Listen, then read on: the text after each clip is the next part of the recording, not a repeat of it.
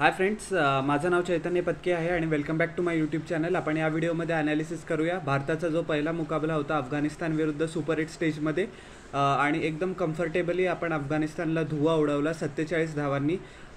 भारताने पहिले टॉस जिंकला आणि अपेक्षेप्रमाणेच पहिले फलंदाजी करण्याचा निर्णय घेतला, कारण तुम्हाला माहीत असेल की युनायटेड स्टेट्सपेक्षा वेस्ट इंडिजमध्ये जे ट्रॅक्स असतात ते ॲक्च्युली ट्रूअर असतात आणि बॅटिंगसाठी जास्त फेवरेबल असतात.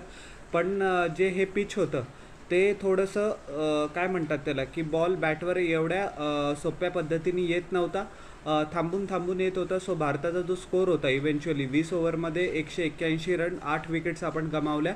तो खूप खूप म्हणजे वेल अबाव पार होता. सॉरी 20 का 25 धावांनी.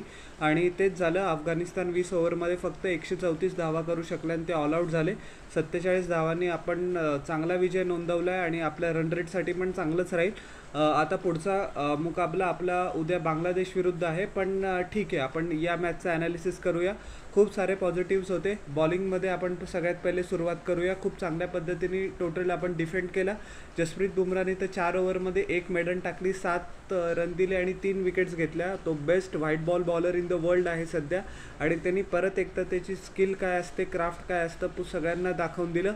अर्शदीप सिंगनी पण चांगली गोलंदाजी केली. जरी त्याला 36 धावा पडल्या त्याच्या 4 ओव्हरमध्ये, त्यांनी पण 3 विकेट्स घेतल्या. हार्दिक पांड्याने चांगला कंटेनिंग जॉब केला.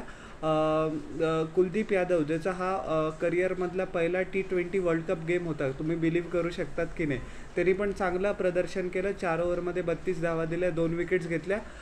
आणि रवींद्र जडेजा आणि अक्षर पटेलनी पण विकेट्स घेतल्या. सो चांगलं आपण रिस्ट्रिक्ट केलं अफगाणिस्तानला. फक्त एक थोडासा निगेटिव्ह पॉईंट मी सांगू इच्छितो की आपण 19 एक्स्ट्रास कन्सिड केले. हे थोडेसे जास्त आहे.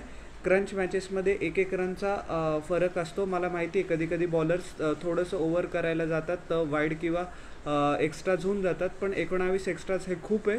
आपल्याला या ॲस्पेक्टवर थोडं बांगलादेशच्या गेम आधी काम करायचं आहे.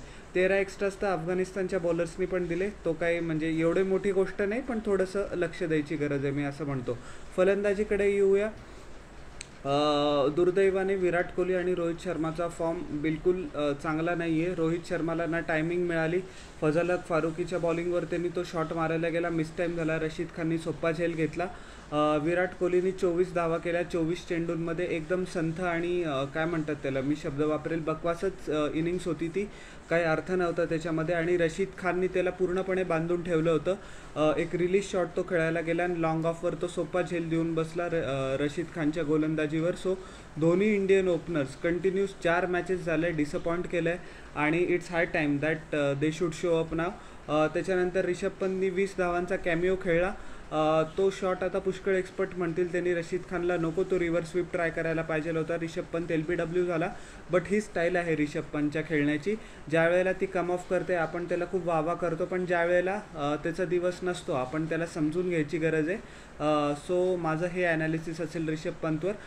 त्याच्यानंतर सूर्यकुमार यादवला प्लेअर ऑफ द मॅच म्हणून संबोधण्यात आलं, डिझर्वेडली सो, कारण त्यांनी खूप उत्कृष्ट फलंदाजी केली. जसं की मी तुम्हाला व्हिडिओच्या स्टार्टिंगमध्ये सांगितलं की सोपं नव्हतं, बट त्यांनी ॲक्च्युली सोपं करून दाखवलं. जे त्याचं टॅलेंट आहे.